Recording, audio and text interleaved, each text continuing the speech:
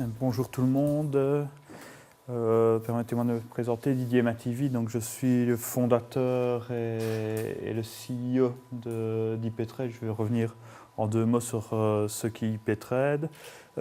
Juste avant, par rapport au public ici, est-ce que vous pouvez me dire qui appartient, je dirais, à une PME et qui appartient plutôt au monde institutionnel? PME, institutionnel? Ça va, pour voir un petit peu. Donc, c'est à peu près mixé. Donc, on m'a demandé de venir ici un peu expliquer la stratégie d'IPTrade en termes d'e-learning.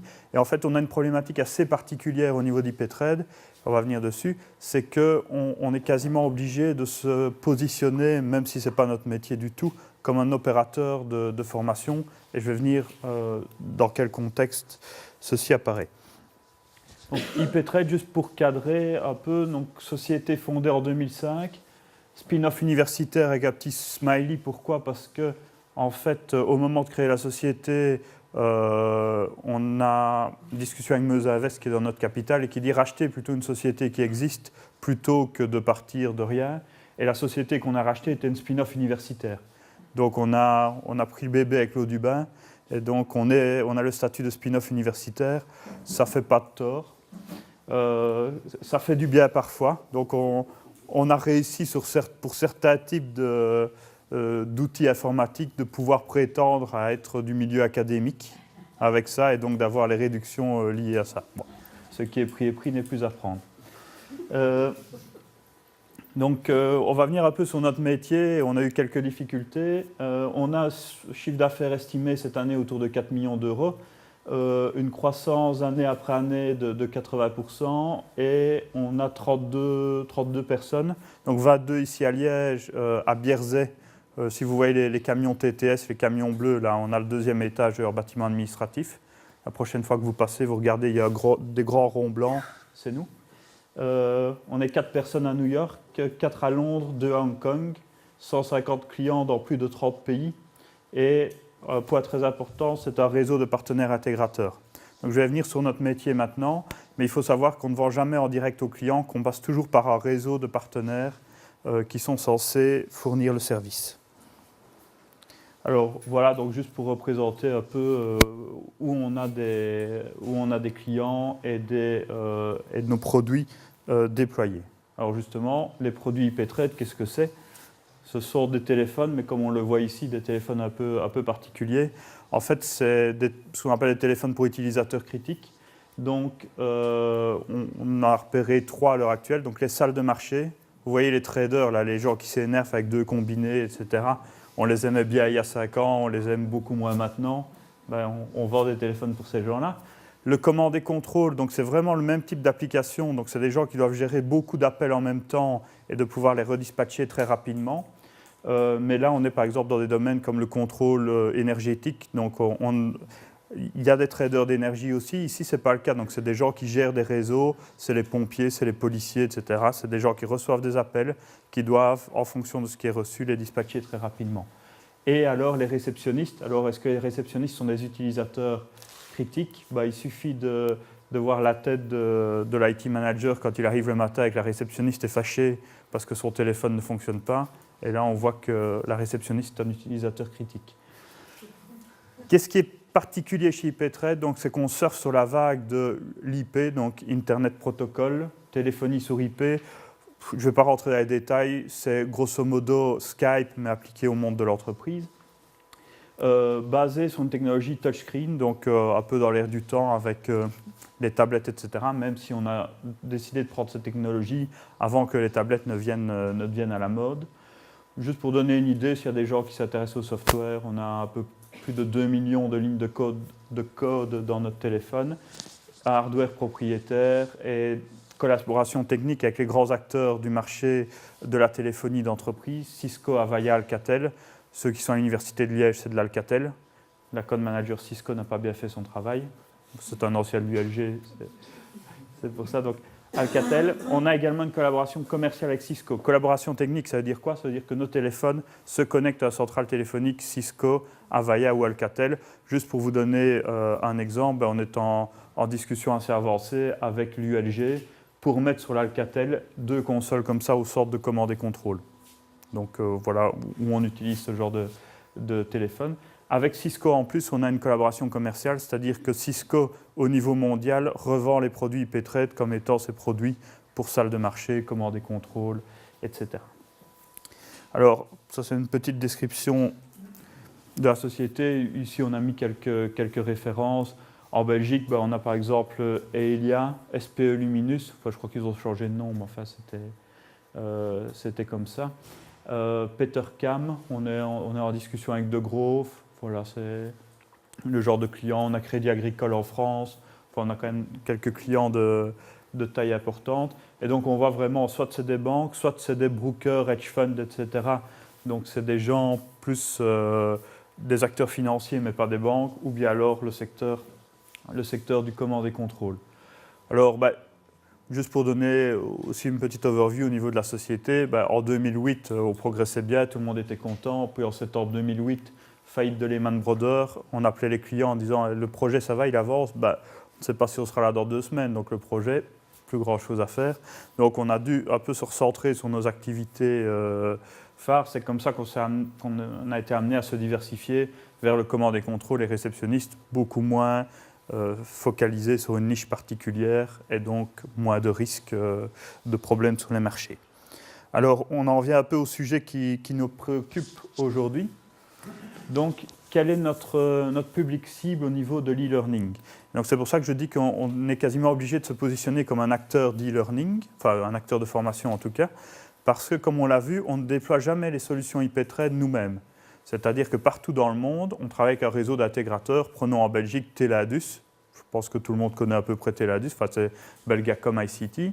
Donc, imaginons qu'on veuille vendre à De Grove. On ne va pas aller trouver De Grove directement.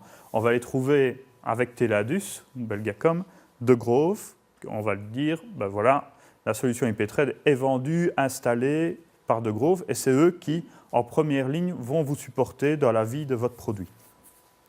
Alors, tout irait pour le mieux dans le meilleur des mondes si nos chers partenaires, Belgacom, Teladus, etc., avaient le même type de compétences que nous, ce qu'on peut avoir en interne. Ce n'est évidemment pas le cas parce qu'ils ne peuvent pas les avoir au jour 1. On a vu 2 millions de lignes de code, donc c'est une solution quand même relativement complexe. Et donc, on doit former ce réseau de partenaires. Alors, on doit les former de 2 manières.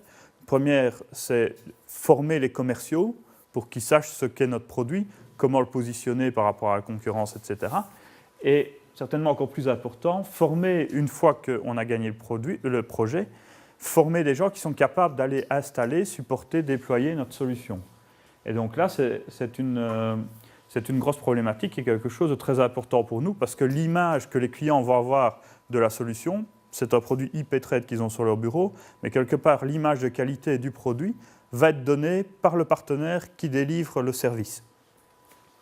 Et donc la situation actuelle, c'est quoi? On a ces gens, ce réseau d'intégrateurs, donc on a 35 à peu près, qui viennent à Liège, dans nos bureaux, ou à New York, où on est présent, et qui viennent se former. Donc, quelle forme est-ce que ça prend? C'est un séminaire présentiel, 3 jours.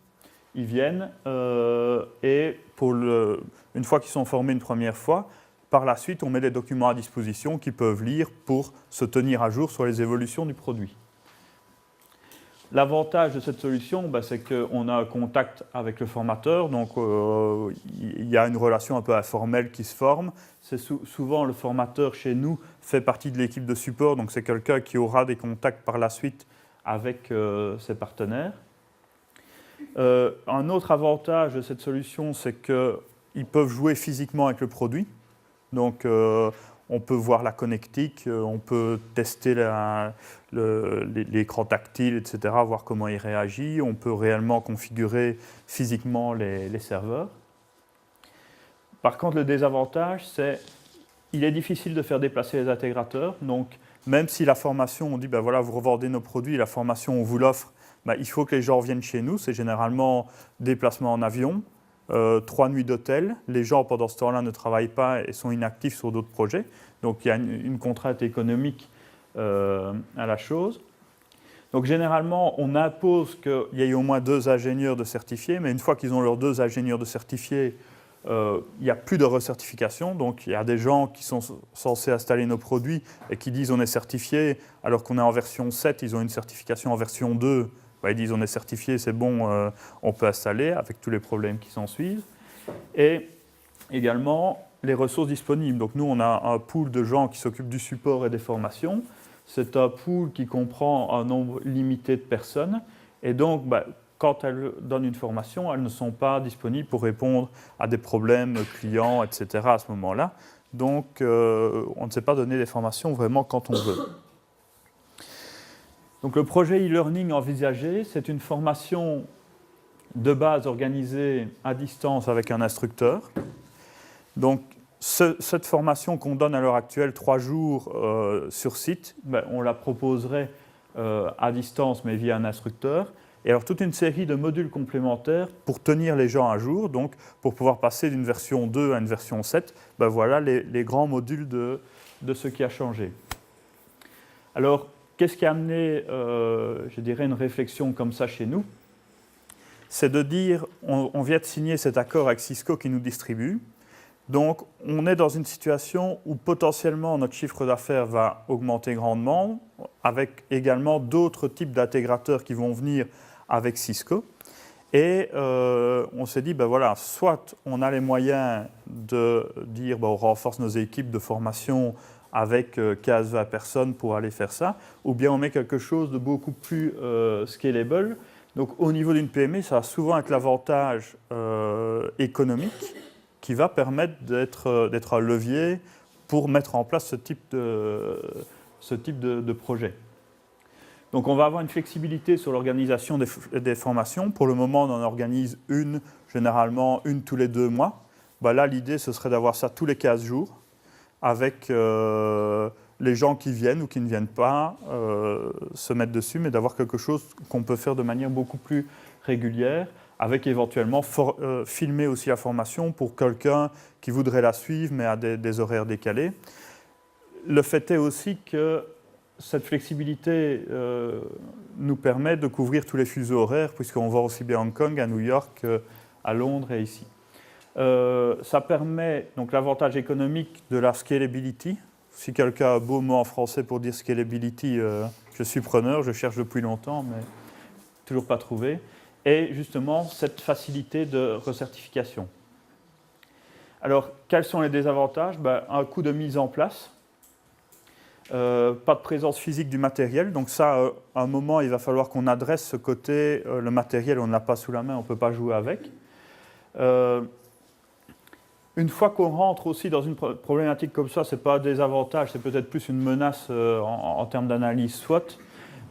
C'est de dire, une fois qu'on a un système comme ça, il faut le faire vivre. Parce que si ça reste statique, et justement qu'on a les formations en version 2, alors qu'on est déjà en version 7, on est dans un environnement où les gens ont l'habitude d'avoir des formations à distance. Donc il faut qu'on vienne avec quelque chose de professionnel qui vit et qui ne fait pas truc bricolé avec le côté liégeois, c'est aussi beau comme cela. Bon, qu'il soit déjà content. Et on a inclus ça également dans une réflexion globale qui est de mettre à disposition de nos partenaires via un extranet, donc un site internet dédié à des partenaires à travers un écosystème, de possibilités, donc via cet extranet, de mise à disposition de documents, mise à disposition des versions, mise à disposition des formations avec un programme certifiant qui permet d'avoir des avantages pour le partenaire qui est certifié, en donnant par exemple des discounts supplémentaires ou bien de pouvoir acheter le service à un prix plus bas si on est plus certifié qu'un autre partenaire. Et donc, c'est quelque chose qui ne se fait pas quelque part d'un coup de cuillère à peau. C'est pour ça que chez nous, c'est une réflexion vraiment stratégique qui va au-delà de dire on va proposer pour former nos gens en interne d'avoir accès à un site d'e-learning où ils vont pouvoir aller se former à l'informatique ou des choses comme ça. Ici, on est vraiment beaucoup plus sur quelque chose de stratégique pour la société pour permettre son développement et sa croissance. Alors, un peu pour donner une idée du timing du projet. Donc, on a fait une première prise de contact, un peu sensibilisation à l'e-learning avec le Lab 7, c'était la formation 2011-2012, je pense, où on est venu à 2 personnes de la société, ce qui nous a permis un peu de comprendre les outils et de regarder vraiment le projet dans son ensemble en se disant, ben, voilà, il y a une partie contenu, mais il y a une partie aussi outils, et comment est-ce qu'on va intégrer les outils à nos outils existants, et quel type de contenu, et justement quel type de formation donner.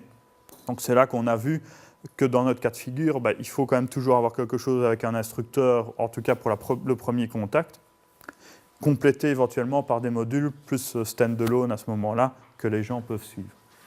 Alors, l'idée chez nous, c'est qu'on aille finaliser vraiment la description fonctionnelle des formations, donc vraiment un learning pass en fonction des différents types de profils, en fonction de si c'est des gens qui ont déjà eu des formations chez IP-Trade, ou bien si on prend le cursus au départ, etc. Donc vraiment faire les plans de formation et de voir quel type de technologie on va utiliser pour chacune des formations. Choix final des outils, donc LMS, production de contenu, etc., pour Q2, deuxième trimestre 2013, préparation des contenus, troisième trimestre et certainement quatrième trimestre, et puis lancement du programme au quatrième trimestre de 2013. Alors, qu'est-ce qu'on va pouvoir faire aussi comme amélioration dans le futur, ce qui n'est pas encore prévu initialement? Donc, c'est la mise en place de laboratoires virtuels. Donc, on parle beaucoup de cloud technology et ce genre de choses. Donc, nous, l'idée, ce serait vraiment de maintenir chez nous un laboratoire qui peut être accédé par les gens qui sont en cours de formation et donc qui puissent suivre la formation vraiment plutôt que d'être quelque chose donné par un formateur, mais qui puissent mettre les mains dans le cambouis quelque part, mais à distance et contrôlé par le formateur. Ça, c'est une deuxième phase. Et également cette intégration fine avec l'extranet partenaire, où en fonction des formations que les gens ont choisies, ils ont accès à plus ou moins d'informations complémentaires sur notre site. Ça ne sert à rien de donner, je ne sais pas, prenons un exemple, l'intégration de notre solution avec un CRM, qui nécessite une évolution dans les versions. Ça ne sert à rien d'aller le donner si le partenaire n'a pas suivi le module qui concerne l'intégration d'un CRM. Donc ce genre de choses, vraiment profiter du fait qu'on a l'information sur qui a suivi quelle formation pour donner des contenus différents au niveau de l'extranet partenaire. Et comme dernier point, je ne l'ai pas mis ici, mais c'est... Donc nous, on va utiliser nos gens en interne comme bêta-testeurs de l'e-learning, mais également en fonction des technologies qu'on aura déployées pour le monde extérieur, je dirais, mettre ça aussi à terme à disposition de l'interne. Mais chez nous, c'est une démarche un peu différente de peut-être des PME plus classiques. Donc c'est d'abord, l'e-learning pour nous est d'abord tourné vers le monde extérieur, et puis ça servira à la formation interne par la suite. Voilà, je ne sais pas si au niveau timing, c'est bon. Ça va. Je vous remercie pour votre attention.